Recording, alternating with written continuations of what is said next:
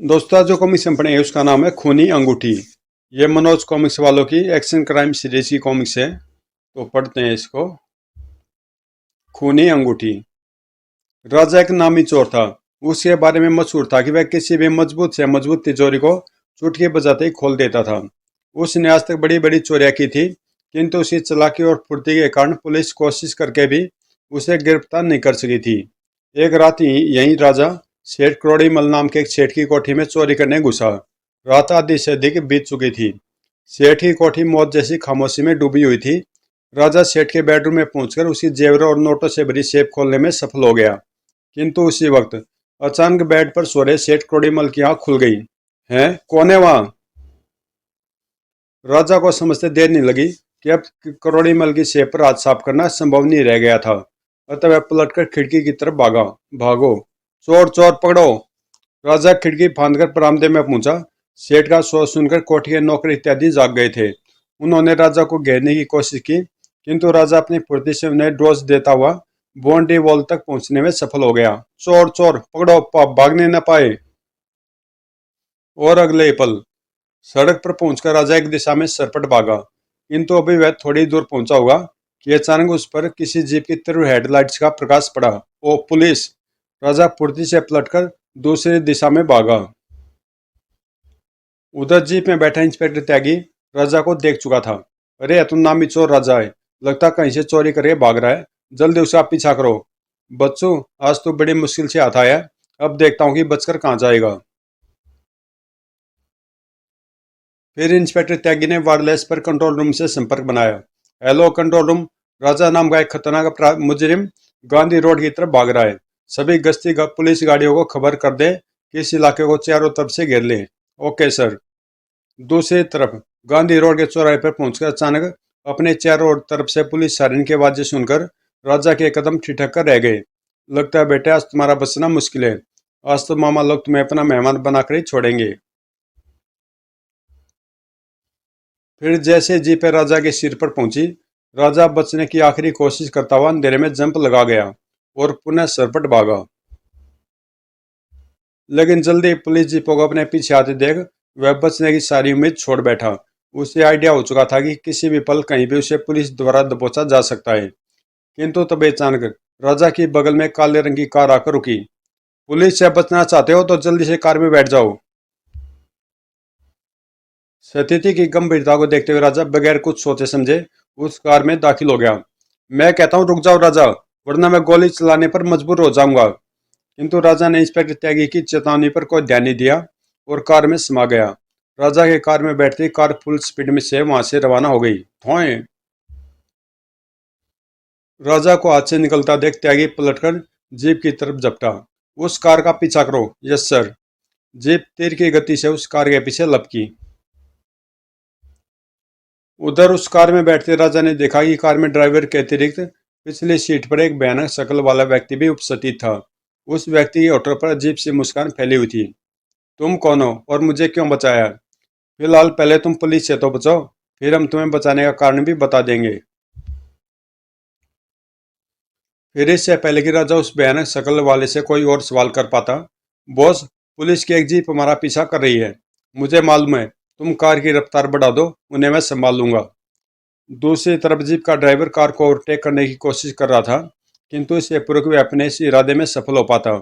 भयानक शक्ल वाले ने जीप से रिवॉल्वर निकाला और खिड़की से जीप पर फायर कर दिया। धोएं!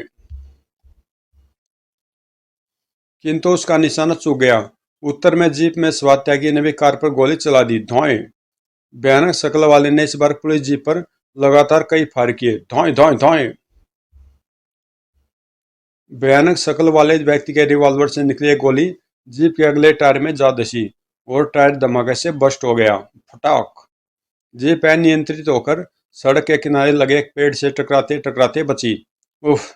आज भी वो कमीना हमारे हाथों से बचकर निकल गया। मगर वह कार किसकी थी सर, और अचानक राजा की सहायता के लिए कैसे पहुंच गई? मालूम नहीं। अब मैं सबसे पहले हेडक्वार्टर को मैसेज भेजता हूँ कि उस कार को घेरने की कोशिश की जाए। लेकिन सर, उस कार पर कोई नंबर तो था ही नहीं। ठीक उसी वक्त वह काली कार एक आलीशान इमारत के पोर्टिको में दाखिल हो रही थी। बॉस, हमारी मंजिल आ गई। कार के पोर्टिको में रुकते ही उसमें से भयानक शक्ल वाला राजा सीत नीचे उतरा। यहाँ पुलिस तुम्हारा कुछ नहीं बिगाड़ सकती। यह तुम मुझे कहाँ ले आए? पहले तुम अंदर तो चलो, फिर सब कुछ बता दिया जाएगा। 5 मिनट बाद वह भयानक शक्ल वाला राजा को एक सजे सजाए ड्राइंग रूम में ले आया। महल जैसी इस इमारत की सजावट देखकर राजा बहुत अधिक चकित हो रहा था। बैठो राजा। नो थैंक्स, मैं कभी किसी अनजान जगह पर नहीं बैठा करता। मैं जानता हूँ कि तुम एक बेहद सतर्क रहने वाले इंसान हो, और तुम्हारी यह सतर्कता ही तुम्हें आज तक जिंदा बचाए हुए है। लेकिन चिंता मत करो, मैं तुम्हारा दुश्मन नहीं बल्कि दोस्त हूँ, वरना मैं तुम्हें पुलिस से क्यों बचाता। जो दोस्त होते हैं उनका कोई नाम होता है, परिचय होता है, लेकिन तुमने तो अभी तक अपने बारे में मुझे कुछ भी नहीं बताया है। ओह, अगर यही बात है तो सुनो। मेरा नाम डेविड ब्रिगेंजा है, और मैं ब्रिटेन का रहने वाला हूँ, मगर शकल सूरत से तो तुम विदेशी नहीं लगते। यह भी एक राज की बात है जो मैं तुम्हें बाद में बताऊंगा। फिलहाल तो इतना सुन लो कि बेशकीमती चीज़ों को हासिल करके दौलत कमाना मेरा पेशा है। इसका मतलब यह हुआ कि तुम भी मेरी तरह मुजरिम हो। मैं मुजरिम तो जरूर हूँ, किंतु तुम्हारी और मेरी स्थिति में फर्क यह है कि मेरा किसी पुलिस स्टेशन में कोई भी रिकॉर्ड नहीं है। पुलिस मेरे बारे में कुछ नहीं जानती, और मैं तुम्हारी तरह छोटी मोटी चोरियां नहीं करता, बल्कि हमेशा लंबे गेम खेलता हूँ। तुम मुझे कोई राज की बात बता रहे थे। हाँ, यह देखो। इतना कहते ब्रिगेंजा ने अपने चेहरे से फेस मास्क नोच लिया था। मास्क उतरते ही ब्रिगेंजा का चेहरा बिल्कुल बदल गया था। अब वह राजा को विदेशी नजर आने लगा था। यह है वो राज जिसके कारण मैं विदेशी होते हुए भी विदेशी नहीं लगता। इस फेस मास्क के कारण ही भारत की पुलिस मुझे सेठ रामजीवन के नाम से जानती है, और मुझे एक शरीफ और इज्जतदार इंसान समझती है। ओह, यह तो मुझसे भी ऊंचा खिलाड़ी लगता है। क्या सोच रहे हो राजा? नहीं, ऐसी कोई खास बात नहीं। दरअसल मैं यह सोच रहा था कि हमारे बीच परिचय तो हो गया। अब जरा यह भी बता दो कि तुमने इतना रिस्क उठाकर मुझे पुलिस से क्यों बचाया। मैंने सुना कि तुम एक दक्ष चोर हो। मजबूत से भी चुटकी बजाते ही खोल देना तुम्हारे बाएं हाथ का खेल है। तुमने मेरे बारे में ठीक ही सुना है, लेकिन मेरी इतनी तारीफ करने के पीछे तुम्हारा उद्देश्य क्या है? मैं तुमसे एक ऐसा ही काम करवाना चाहता हूँ, और उसके बदले में मैं तुम्हें 50 लाख रुपए दूंगा। 50 लाख? ऐसा मुझे क्या काम करना होगा? काम भी बता दूंगा। लो, पहले एक एक जाम पी लिया जाए। मैं शराब नहीं पीता। कमाल है, एक मुजरिम होकर भी तुम शराब नहीं पीते। मैं जुर्म अपने लिए नहीं करता मिस्टर ब्रिगेंजा, बल्कि गरीब मजलूम और बेसहारा लोगों के लिए करता हूँ। उन बच्चों के लिए करता हूँ जो अनाथ हैं। ओह, खैर, इन बातों से मुझे क्या लेना। हाँ, तो तुम्हें मेरे लिए एक अंगूठी चुरानी होगी। सिर्फ एक अंगूठी? हाँ, लेकिन जिस अंगूठी के बदले में मैं तुम्हें 50 लाख ऊपर कर रहा हूँ, वह कोई मामूली अंगूठी नहीं है। ठहरो, मैं तुम्हें पूरी बात बताता हूँ। फिर ब्रिगेंजा ने उठकर वहीं रखी एक मेज की ड्रॉर खोली, और उसमें से एक तस्वीर निकालकर राजा की तरफ बढ़ा दी। यह है वह अंगूठी जिसे तुम्हें एक खास जगह से चुराना है। यह अंगूठी तो काफी पुरानी और कीमती लगती है। तुम बिल्कुल ठीक समझे। यह अंगूठी सिर्फ कीमती नहीं, बल्कि दुर्लभ भी है। आज से 2000 साल पहले इसे एक ईरानी सुनार ने बनाकर अपने सुल्तान को भेंट किया था। ओह, लेकिन इस समय यह अंगूठी कहाँ है? विक्रमगढ़ के महाराजा जय सिंह की सेफ में है। और वह यह अंगूठी वहां कैसे पहुंची, इसका भी एक दिलचस्प इतिहास है। ईरान के सुल्तान के खजाने से वह अंगूठी एक जर्मन चोर ने चुरा ली थी, और उसे एक अंग्रेज के हाथों बेच दिया था। 2000 साल तक यह अंगूठी उस अंग्रेज के वंशजों के पास रही। फिर जब अंग्रेज भारत आए, तो यह अंगूठी भी उनके साथ यहाँ चली आई। जिस अंग्रेज के पास ये अंगूठी थी, वह अभय सिंह का दोस्त था। जब अंग्रेज भारत से जाने लगे, तो वह दोस्ती की निशानी के तौर पर इसे अभय सिंह को भेंट कर गया, और इस तरह यह अंगूठी अभय सिंह की शेप तक पहुंच गई। ओह, इस अंगूठी का इतिहास वाकई काफी दिलचस्प है। जब यह अंगूठी इतनी महत्वपूर्ण है, तो जाहिर है कि अभय सिंह ने इसकी सुरक्षा की भी कड़ी व्यवस्था कर रखी होगी। अभय सिंह ने इस अंगूठी की तुम्हारी उम्मीद से कहीं ज्यादा कड़ी सुरक्षा व्यवस्था कर रखी है। फिर बरगेंचा राजा को उस अंगूठी की सुरक्षा व्यवस्था के बारे में बताने लगा। अभय सिंह आज भी अपने पुश्तैनी किले में रहता है, जहाँ के चप्पे चप्पे पर उसके सशस्त्र गार्ड पहरा देते हैं। उसने यह अंगूठी एक अत्याधुनिक शेप में रखी हुई है। वह सेफ एक तहखाने में स्थित है, और वह तहखाना अभय सिंह का म्यूजियम भी है, जहाँ उसने संसार भर की प्राचीन महत्व की कीमती वस्तुएं एकत्रित की हुई हैं। इसका मतलब पहले मुझे गार्डों को धोखा देकर किले में दाखिल होना होगा, फिर उस तय खाने में उसके बाद अगर मैं वो सेफ खोल सका तो उस अंगूठे के साथ आने की उम्मीद की जा सकती है, अन्यथा नहीं। You are right. काम तो बहुत कठिन है। काम कठिन है तभी तो तुम्हें इस काम के 50 लाख रुपए दे रहा हूँ। तुम्हारा काम हो जाएगा ब्रिगेंजा, परंतु यह बताओ कि मुझ क्या यह काम मुझे अकेले ही करना होगा? नहीं राजा, वहां तुम अकेले नहीं जाओगे, बल्कि तुम्हारे साथ हमारा एक आदमी भी जाएगा जो तुम्हारी तरह बहुत चालाक और खतरनाक है। क्या मैं उसका परिचय जान सकता हूँ? हाँ, क्यों नहीं। मैं अभी उसे तुम्हारे सामने हाजिर करता हूँ। कहते हुए बिरगिंजा ने एक विशेष अंदाज में दोनों हाथों से ताली बजाई। अगले पल एक तरफ ने दरवाजे पर पड़ा पर्दा हिला और एक अत्यंत सुंदर युवती ने ड्राइंग रूम में कदम रखा। आओ अनीता। Hello boss. इनसे मिलो अनीता, ये है राजा। वही राजा जिसका कि मैं तुमसे जिक्र कर रहा था। ओह नमस्ते। अनीता को देखकर राजा के होठों पर व्यंग भरी मुस्कान नाच उठी। मिस्टर ब्रिगेंजा, शायद अभी आप मिस अनीता की तारीफ कर रहे थे। हाँ, इस मिशन पर अनीता तुम्हारी मदद के लिए तुम्हारे साथ रहेगी। मिस्टर ब्रिगेंजा, क्या अनीता में इतना साहस है कि वो मुसीबत का सामना कर सके? एक लड़की होने के नाते कहीं ऐसा न हो कि मुझे इसकी हिफाजत करनी पड़े। इसका जवाब तुम्हें मैं दूंगी राजा, जरा 1 मिनट उठो। राजा यह तो नहीं समझ पाके अनीता चाहती क्या है, किंतु वह सोफे से जरूर उठकर खड़ा हो गया। तब अनीता के हाथ बिजली की तरह हरकत में आए और कराटे का एक बार राजा के सीने पर पड़ा। ओह ठोक। हा, धड़ाक। गिरने के उपरांत राजा फुर्ती से उठा, किंतु इससे पहले कि वह पूरी पूरी तरह संभल पाता, बिजली जैसी फुर्ती से अनीता पुनः उस पर जंप लगा चुकी थी। भड़ाक। किंतु फिर राजा ने भी फुर्ती से संभलकर अनीता पर जंप लगा दी। सोए। लेकिन राजा अनीता के सामने पुनः मात खा गया। अनीता ने बड़ी सफाई से खुद को राजा के आक्रमण से बचाया और बिजली बंद कर उस पर टूट पड़ी। तभी ब्रिगेंजा ताली बजाता हुआ आगे बढ़ा। Well done Anita, well done. Thank you boss. क्यों राजा, अब तो तुम्हें यकीन हुआ कि अकेली अनीता कम से कम 10 आदमियों को लोहे चने चबा सकती है? रियली मिस्टर ब्रिगेंजा, मैं कबूल करता हूँ। थैंक यू राजा। कुछ देर बाद वे तीनों आमने सामने सोफों पर बैठे हुए थे। उन लोगों के बीच उस अंगूठी के विषय में ही बात हो रही थी। मैं तुम्हारी पूरी योजना समझ चुका हूँ ब्रिगेंजा। अब हमें इतना और बता दो कि हमें यहाँ से कब रवाना होना है। यही मैं भी सोच रहा हूँ। मेरा ख्याल तो यह है बॉस कि हम लोग जितनी जल्दी इस मिशन पर रवाना हो जाए उतना ही बेहतर होगा। हाँ ठीक है, मैं सुबह तक तुम लोगों की यात्रा की तैयारी कर दूंगा। तुम लोग सुबह 7 बजे तैयार रहना। ओके। फिर अगले सुबह राजा व अनीता अपनी उस खतरनाक यात्रा के लिए तैयार थे। तुम्हारी जरूरत का सारा सामान पैक कर दिया, चेक कर लो। ओके। फिर राजा और अनीता वैन द्वारा अपनी मंजिल विक्रमगढ़ की तरफ रवाना हो गए। विक्रमगढ़ यहाँ से 520 किलोमीटर दूर है। यह सफर हमें हर हालत में रात 10 बजे से पहले पूरा कर लेना होगा।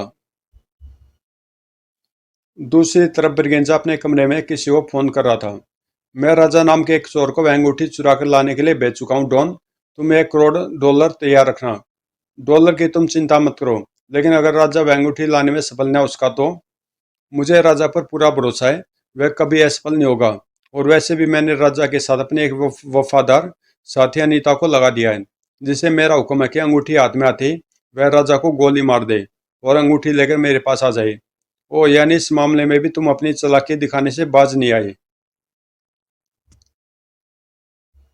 मेरा नाम ब्रिगेंजा है डॉन, और ब्रिगेंजा कभी अपने खिलाफ कोई सबूत बाकी नहीं छोड़ता, जबकि राजा तो मेरे बारे में सब कुछ जान चुका है। खैर यह मामला तुम्हारा व्यक्तिगत मामला है, इससे मेरा कोई मामला नहीं है। $1 करोड़ तैयार है, जब चाहो वह अंगूठी मुझे सौंप कर ले जाओ।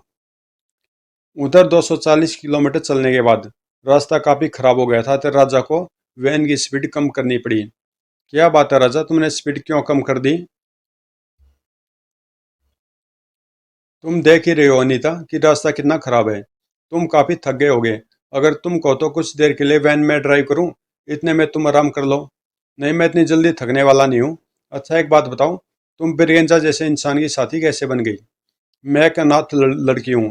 पेट की आग बुझाने के लिए ही मुझे यह जुर्म का रास्ता अपनाना पड़ा। क्या तुम्हें मौत से डर नहीं लगता नहीं था? मौत से डर कैसा राजा? मौत तो एक सच्चाई है जो एक नए दिन सामने आनी है। फिर इस दुनिया में मुझे रोने वाला मेरा है ही कौन, जिसके कारण मैं जिंदा रहने की ख्वाहिश रखूं। मुझे तुमसे हमदर्दी है अनीता, वैसे मैं भी इस दुनिया में बिल्कुल अकेला हूँ। ओह। उन लोगों को विक्रमगढ़ पहुंचने में रात के 11 बज गए थे। विक्रमगढ़ पहाड़ों के दामन में बसा एक आधुनिक नगर था। राजा ने अपनी वैन एक होटल के सामने रोक दी। Hotel blue star. वैन से उतरकर राजा और अनीता होटल में दाखिल हुए।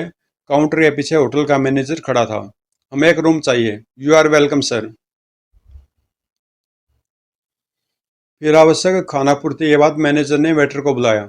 वेटर साहब को समान रूम वे, वेटर साहब का सामान रूम नंबर 114 में ले जाओ। Yes sir. मैं आपसे एक बात पूछना चाहता था मिस्टर मैनेजर। हमने सुना कि यहाँ के भूतपूर्व महाराज अभय सिंह के पास दुर्लभ वस्तुओं का एक म्यूजियम है। आपने ठीक सुना है। क्या महाराज हमें उस म्यूजियम को देखने की इजाज़त देंगे? सॉरी महाराज, उस म्यूजियम को देखने की इजाज़त किसी को भी नहीं देते।